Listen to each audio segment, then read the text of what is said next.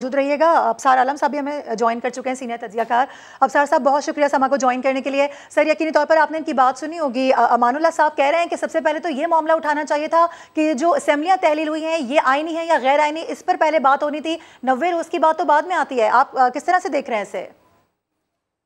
बिल्कुल, बात तो उनकी दुरुस्त है और ये बात जस्टिस मंसूर अली शाह ने भी उठाई थी और जस्टिस अतर मोमिनुल्लाह साहब ने भी उठाई थी, बेंच के अंदर उठाई थी कि पहले तो बुनियादी सवाल ये देखना चाहिए कि असेंबलियां तहलील क्यों हुई और उसकी वजूहात क्या सॉलिड हैं या नहीं है, और क्या एक पार्टी हेड के कहने पे तमाम असेंबली को घर भेजा जा सकता है, जबकि दूसरी जमातों की भी उसमें नुमाइंदगी थी।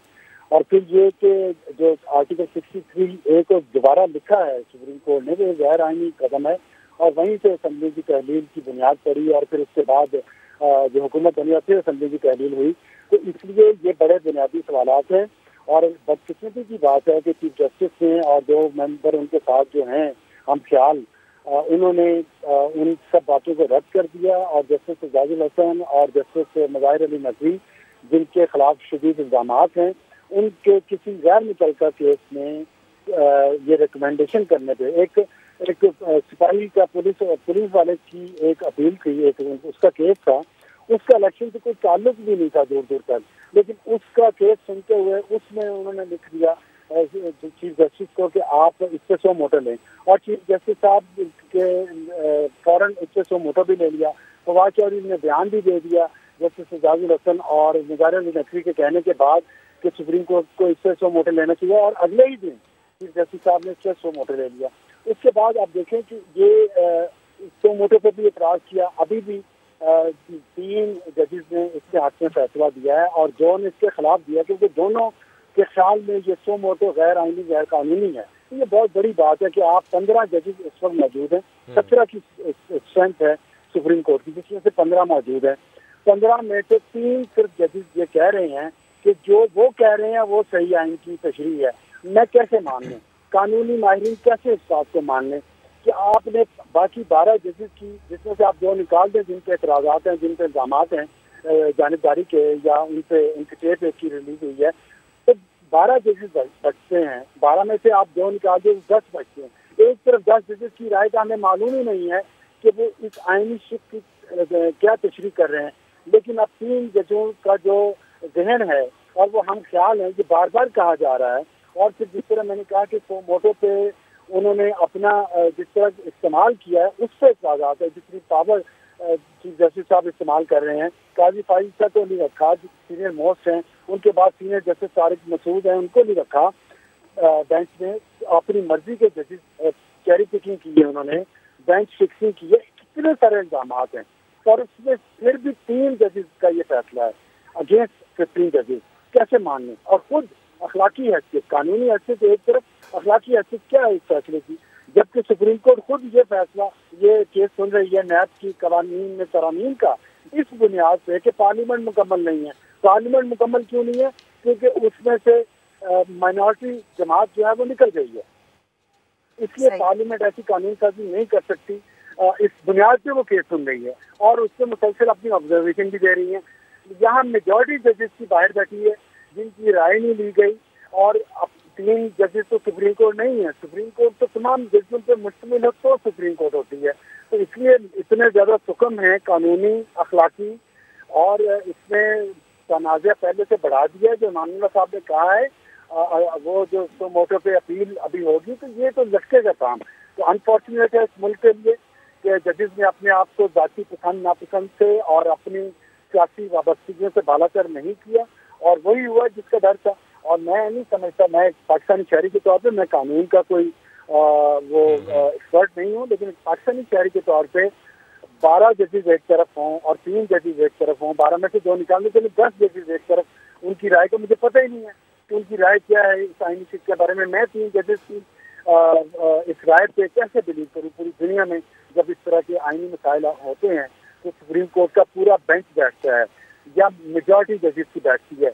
यहाँ पे ऐसा नहीं हुआ, तो इसलिए बहुत ज्यादा यही आम मामला। नदीम साहब, मैं आपकी जानब लाता हूं कि अगर फुल बेंच होता तो ये मामला कितना बेहतर हो सकता था, ये मामला सही तरीके से हल हो सकता था।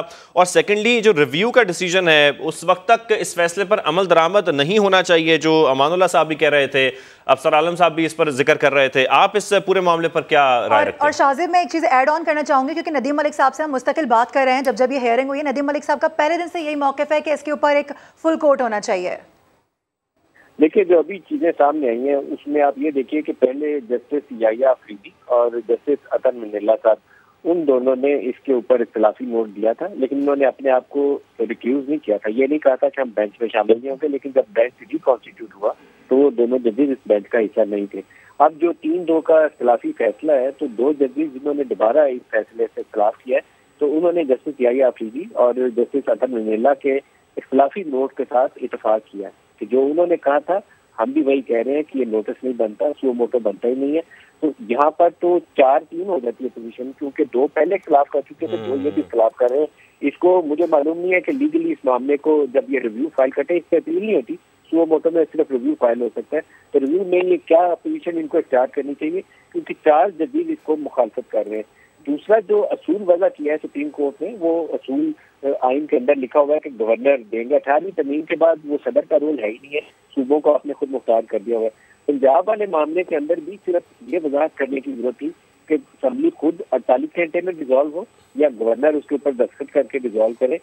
शेड्यूल गवर्नर में ही देना इलेक्शन कमीशन से कंसल्टेशन के बाद, उसको चेंज करके कहना कि सदर का इख्तियार है, मुझे लगता है कि वहाँ पे भी थोड़ी सी जाती नजर आती है। मैं इस पर राय दे सकता हूँ अपनी, हम लोग जर्नलिस्ट हैं, हमें जो चीजें सामने आईन और कानून की नजर आती है उसकी रोशनी में हम अपनी राय देते हैं। आईनी तौर पर और कानूनी तौर पर सियासी जमातों के पास एक स्कोप था, जब अदालत के सामने इनको फारूक नाइक साहब को मौका था कि वहाँ चैलेंज करते 5 रुकनी बेंच को और कहते कि फुल कोर्ट की तरफ जाए या लार्जर बेंच 9 मेंबर या 11 मेंबर बेंच की तरफ जाए। वहाँ उन्होंने कहा कि नहीं, हम उसकी तरफ नहीं जा रहे, कॉन्टेस्ट नहीं कर रहे चीज को। वो मौका इन्होंने गवाया, लेकिन अब रिव्यू में इन सवालों को इन्हें दोबारा उठाना चाहिए। इंतखाबात 90 रोज के अंदर होने, ये आइन के अंदर लिखा हुआ है, इसके ऊपर डिबेट नहीं थी। 2-3 चीजें वजाहत तलब थी। वजाहत सबसे पहले ये थी कि इंतखाबात के शेड्यूल किससे जारी करना है, वो गवर्नर का रोल डिफाइन करने की जरूरत है। ये सबसे बड़ा बुनियादी सवाल था। 90 रोज आइन के अंदर लिखे हुए, उससे तो कुछ रार मुमकिन ही नहीं था ना। उसमें तो रीराइट कॉन्स्टिट्यूशन नहीं करना था, सिर्फ गवर्नर के रोल की वजाहत कर दे और बाकी मामला गवर्नर और इलेक्शन कमीशन की कंसल्टेशन के ऊपर छोड़ते, फिर इंतखाबी स्कीम आ जाती है, मामला आगे चल पड़ता। उस चीजों को ज़ाबित की रोशनी में रहती तो बेहतर थी। मुझे लगा थोड़ा सा ओवरस्टेप हो गया। सदर का रोल आप बढ़ा नहीं सकते, इस 18वीं तरमीम के बाद सदर का रोल बढ़ाने की गुंजाइश इस आइन में है ही नहीं। सदर का हर एक्शन मशरूत है फेडरल गवर्नमेंट की मशावरत या प्राइम मिनिस्टर की मशावरत के साथ। उसके अलावा सदर पाकिस्तान एक्ट नहीं कर सकते, स्वाई इसके कि वो वोट ऑफ कॉन्फिडेंस का कहते हैं वज़ीर आज़म को लेने के लिए। इसके अलावा उनके पास खुद का इख्तियार सदर साहब का कुछ है ही नहीं है। तो ये मामला कुछ सवालों के जवाब चाहिए। लेट्स होप कि ये रिव्यू के अंदर ये चीजें एड्रेस हो जाए। सही। मंसूर अली खान साहब, अब यकीनी तौर पर ये बड़ा अहम फैसला आ तो गया है, लेकिन जिस तरह से हम एक्सपर्ट्स की राय लेते जा रहे हैं, यही बात सामने आ रही है कि देखिए 90 रोज में तो इंतखाबात कराना ये तो है ही है, आइन में लिखा हुआ है। लेकिन असल में जो अब चीज़ें खुलकर सामने आ रही हैं, एक के बाद एक सवाल उठ रहा है, तो काफ़ी सुकम भी है। आप किस तरह से देख रहे हैं, क्या इस पर कॉमेंट करेंगे? देखिए, मेरे ख्याल में सबसे इम्पोर्टेंट बात यह है कि ये मामला जो कोर्ट के अंदर जिसका फैसला भी थोड़ी देर पहले आया है, ये ताल्लुक सिर्फ इस चीज़ की हद तक नहीं है कि ये सुप्रीम कोर्ट का एक फैसला है, बल्कि इसका एक डोमिनो इफेक्ट है। और वो डोमिनो इफेक्ट जो है वो आने वाले इलेक्शंस के साथ है, आने वाले इलेक्शंस के बाद आने वाली हुकूमत के साथ है। और आने वाली हुकूमत के मतलब है कि कौन सी सियासी जमात पाकिस्तान के ऊपर अपनी हुक्मरानी करेगी। तो इसका आगाज जो है इस केस से ऑलरेडी बहुत कंट्रोवर्सी के अंदर जो है वो घिरा हुआ है। मेरे ख्याल में कल भी हमने बड़ी डिटेल से बात की थी और बाकी भी हमारे साथ जो तज्जियाकार मौजूद थे, सबकी यही राय थी कि ऑलरेडी इतनी कंट्रोवर्सी इसकी बेंच की फॉर्मेशन के ऊपर हो चुकी है। और जिस तरीके से इख्तिलाफी नोट्स ऑलरेडी सामने आए हैं, 9 रुकनी बेंच से जिस तरह ये 5 रुकनी बेंच बना, और जो जज साहिबान गए यहाँ से, जो 4 जज साहिबान गए, उसमें से 2 ने अपने इख्तिलाफ के अंदर क्या कुछ लिखा और 2 के ऊपर कितने संगीन इल्जाम ऑलरेडी लग चुके हैं। सियासी जमातों के अंदर मुस्लिम लीग नून में मरियम नवाज ऑलरेडी 2 जज साहिबान के ऊपर जो है जलसों के अंदर खड़े होकर एतराजात करती हैं। उसके बाद इन जजेस को जो है इस बेंच से अलग किया जाता है। तो काफी हद तक कंट्रोवर्सी तो ऑलरेडी क्रिएट हो चुकी हुई थी। मैंने 7 मुख्तलिफ चीजें हैं मैं अब तक इस केस के अंदर जो मैंने निकाली हैं, जिनके सवाल जो है वो हल तलब थे। सबसे पहली बात तो ये कि क्या जिसके ऊपर बहस हुई कि क्या सुओ मोटो नोटिस लिया भी जा सकता है या नहीं लिया जा सकता। जज साहब ने इसके ऊपर फैसला देके, यानी आज ये जो डिसीजन दिया है, इसके मुताबिक चीफ जस्टिस ने ये कह दिया है कि हाँ जी हम स्लो मोटो नोटिस ले सकते हैं, कोई मसला नहीं है। बेशक ये ऑलरेडी केसेस जो है लाहौर हाईकोर्ट और पेशावर हाईकोर्ट में पेंडिंग है, ये मामला तो ऑलरेडी को हाईकोर्ट में चल रहे हैं। और एक जज साहब ने बल्कि कहा भी था कि कहीं हम उनकी जुरिस्डिक्शन के अंदर एंटर तो नहीं हो रहे, तो इसके ऊपर भी चीफ जस्टिस ने ये क्लियर कर दिया कि कोई फर्क नहीं पड़ता, बेशक केसेस नीचे चल रहे हो, स्लो मोटो नोटिस लिया जा सकता है। मेरे ख्याल में आरिफ अलवी साहब की जो डोमेन है उसके बारे में तो बड़ी डिटेल से डिस्कशन हो गई है। साथ ही साथ 90 दिन के इलेक्शंस के अंदर जो है आज हमें ये भी पता लग गया कि आरिफ अलवी साहब के पास काफी ज्यादा इख्तियार है। ये काफी सरप्राइजिंग बात है।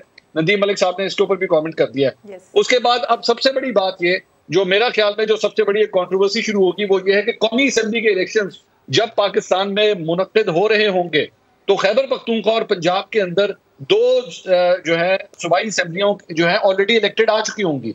पुलिस उनके अंडर होगी, सारी इंतखाबी मशीनरी उनके अंडर होगी। इलेक्शन कमीशन ऑफ पाकिस्तान के पास ज़हन में रखिएगा अपना कोई अमला नहीं होता, वो सरकारी इदारों से ही अमला लेकर आता है और उनको एज पोलिंग स्टेशन के अंदर अपने स्टाफ के तौर पर बिठाता है वहां पे। तो ये जितनी प्रोविंशियल गवर्नमेंट्स होती हैं ये वो अमला प्रोवाइड करती हैं, तो कौमी असेंबली के इलेक्शंस के ऊपर भी इसका इफेक्ट जो है वो आएगा। ये सुप्रीम कोर्ट ने आज जो फैसला दिया है, जो आपका डिजिटल सेंसस हो रहा है उसका क्या करना है, क्या वो काउंट करना है या नहीं करना। और अगर ये जो 2 इलेक्शन अब होने हैं 90 दिन के अंदर, अगर आपने पुराने सेंसस के मुताबिक करने हैं तो ये भी बताइए कि फिर बलूचिस्तान और सिंध के अंदर जब कल को प्रोविंशियल असेंबली के इलेक्शन होंगे तो वो नए सेंसस के मुताबिक करने हैं या वो भी पुराने सेंसस के मुताबिक करने हैं, ये क्लियर नहीं है। इसके साथ साथ एक और बड़ा इंपॉर्टेंट पॉइंट जो कुररानी साहब थोड़ी देर पहले कह रहे थे कि जी क्या एक पार्टी सरबराह की ख्वाहिश के ऊपर इस तरह जिस तरह पंजाब और केपी की असेंबलियां इमरान खान साहब के कहने के ऊपर डिसॉल्व हुई हैं, क्या उसके पास इतनी ताकत है, क्या वो ये सब कुछ कर सकता है? क्योंकि हमें यह बताया गया था कि पार्टी का सरबराह कह के भी, जिस तरह चौधरी शुजात हुसैन साहब ने खत लिखा था और ये कहा था कि जनाब मुस्लिम लीग काफ के लोग जो है यहाँ पे वोट देंगे, यहाँ पे वोट नहीं देंगे, उसको सुप्रीम कोर्ट ने रिजेक्ट कर दिया था। अब हमें ये पता लगा सुप्रीम कोर्ट ये कह रहा है कि जनाब बेशक वो आप वोट डलवाने के हवाले से उस पार्टी के सरबराह को आप साइडलाइन कर सकते हैं, लेकिन अगर असेंबली तोड़ने की बात आई तो पार्टी का सरबराह जो है वो असेंबली तोड़वा भी सकता है। ये बड़ी इंपॉर्टेंट बात है। ये आज हमें पता लगा है कि उसके पास इतनी ताकत है कि वो असेंबली तोड़ सकता है, लेकिन पार्टी के अंदर उस असेंबली के अंदर उनके कारकुनों ने, उनके अरकान ने वोट किधर डालना है वो ये फैसला नहीं कर सकता। तो ये कुछ हल तलब ये सवाल है। और जाहिर बात है बेंच फॉर्मेशन वो तो शुरू से ही कंट्रोवर्सी के अंदर गिर चुकी है और आगे देखिएगा कि जब अगर ये इसके ऊपर अगर रिव्यू भी फाइल होता है तो उसके अंदर भी ये सवाल उठेगा, क्योंकि वहां पे जस्टिस काजी फाइल ईसा जो है काफी ज्यादा गुस्से में थे वो कल भी, और आज उसके बाद जो रोस्टर बना है उसमें काजी फाइल ईसा साहब का नाम वैसे निकाल दिया गया है। आयशा साहब हमारे साथ मौजूद है। आयशा साहब, इतनी कंट्रोवर्सीज के बाद फिर ये मामला आप किस तरफ जाते हुए देख रही हैं?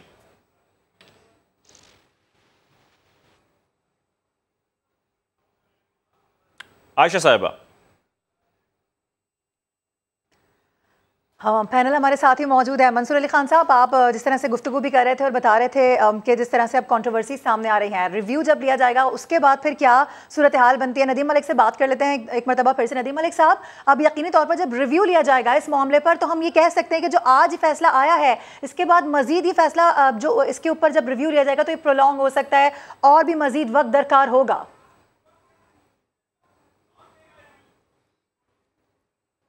माइंड अगर सामने रखे तो मेरा नहीं ख्याल है कि रिव्यू के अंदर बहुत ज्यादा स्कोप इनके पास होगा। रिव्यू में लिमिटेड स्कोप होता है और आमतौर पर उसी बेंच के सामने लगता है अनलेस के कोई इंसिस्ट किया जाए उसके अंदर और अदालत उसको मुनासिब समझे के लार्जर बेंच की तरफ जाना है, तो रिव्यू के अंदर स्कोप लिमिटेड होगा। क्योंकि 3 जो हमारे मौजूद जज साहिबान ने अपना माइंड दिया उसके अंदर तो मुझे लगता है कि इनके पास गुंजाइश कम है। कुछ चीजें ऐसी हैं जो बहरहाल हमें नजर आती हैं कि जो आइन की रूह से मुतसादिम है। जिस तरीके से आइन के अंदर अब सूबों को बाख्तियार कर दिया गया था उसके बाद चीजों में तो इनको आना ही नहीं चाहिए था। वो मोटो जुरिस्डिक्शन के हवाले से भी जो 2 जजेस ने इख्तिलाफी नोट पहले दिया था, जस्टिस याहिया अफरीदी साहब ने और जस्टिस अतर मिनेल्ला साहब ने, तो अब 2 मजीद जजेस ने उनसे इत्तफाक राय करते हुए कहा है कि इसमें सूबाई असेंबली के अंदर हाई कोर्ट के अंदर दरखास्तें पहले से मौजूद थी, तो सुप्रीम कोर्ट को इस मामले को लेने में जल्दी नहीं करनी चाहिए थी। सूबाई मामलात में मुदाखलत से मुतरादिफ नजर आता है ये चीज। तो ये सवालात हैं जो थोड़ा सा परेशान कर रहे हैं। इस मामले में इतनी जल्दबाजी करनी नहीं चाहिए थी, सिर्फ रोल डिफाइन करना चाहिए था, उसके आगे कुछ नहीं करना चाहिए था। रोल डिफाइन जो करना था वहाँ पर केपीके की हद तक तो लगता है कि बड़ी मुनासिब बात हो गई है, लेकिन पंजाब में उनका कि अगर गवर्नर नहीं करेगा तो सदर करेगा। तो मैं थोड़ा सा इन सवालों के ऊपर जवाब चाहूंगा सुप्रीम कोर्ट वाज़ेह अंदाज में दे दे। तफसीली फैसला हम पढ़ लें तो शायद हो सकता है उन्होंने जज साहिबान ने अंदर इसके ऊपर अपनी राय दी हो। जो खबरें अभी तक पड़ी हैं उससे थोड़ी तशवीश हो रही है कि ये जो आइन के अंदर जो चीज तरीकाकार वजह किया गया है कि सूबों को बाख्तियार बनाना है, उसी चीज को लेकर वो आगे चल रहे हैं। वो अगर उस चीज की नफी आप करेंगे तो आप रिवर्स गियर में जाना शुरू हो जाते हैं। ये चीजें कुछ ऐसी आएंगी जिसके ऊपर सवाल पार्लियामान में भी उठेंगे, सियासी जलसों में भी उठेंगे और रिव्यू के अंदर भी ये सवाल आने चाहिए। लेकिन कल सियासी बातों से मौका क्यों हुआ है, मैं अभी उनसे भी मुतमईन नहीं हूँ। जब फारूक नाइक साहब के पास ये इस्तेमाल करने की गुंजाइश थी कि लार्जर बेंच बनाया जाए, तो उन्होंने ये क्यों कहा कि सियासी जमातों की तरफ से कि हमें इस नुक्ते को अब कॉन्टेस्ट नहीं करना, उन्हें कॉन्टेस्ट करना चाहिए था। लार्जर बेंच बनता तो लार्जर बेंच के अंदर जो सीनियर मोस्ट मेंबर्स हैं सुप्रीम कोर्ट ऑफ पाकिस्तान के, वो उसका हिस्सा बनते। वो 2 जजेस जिनके ऊपर इतराज था, वो 2 जजेस अलहदा हो चुके थे। तो 11 मेंबर्स अगर बैठ जाते सुप्रीम कोर्ट, या 9 मेंबर ही रिकॉन्स्टिट्यूट हो जाता, तो यानी बात फिर वही फुल बेंच के हवाले से, फुल कोर्ट के हवाले से बात आप कर रहे हैं। मंसूर अली खान साहब, एक बड़ा अहम मामला ये भी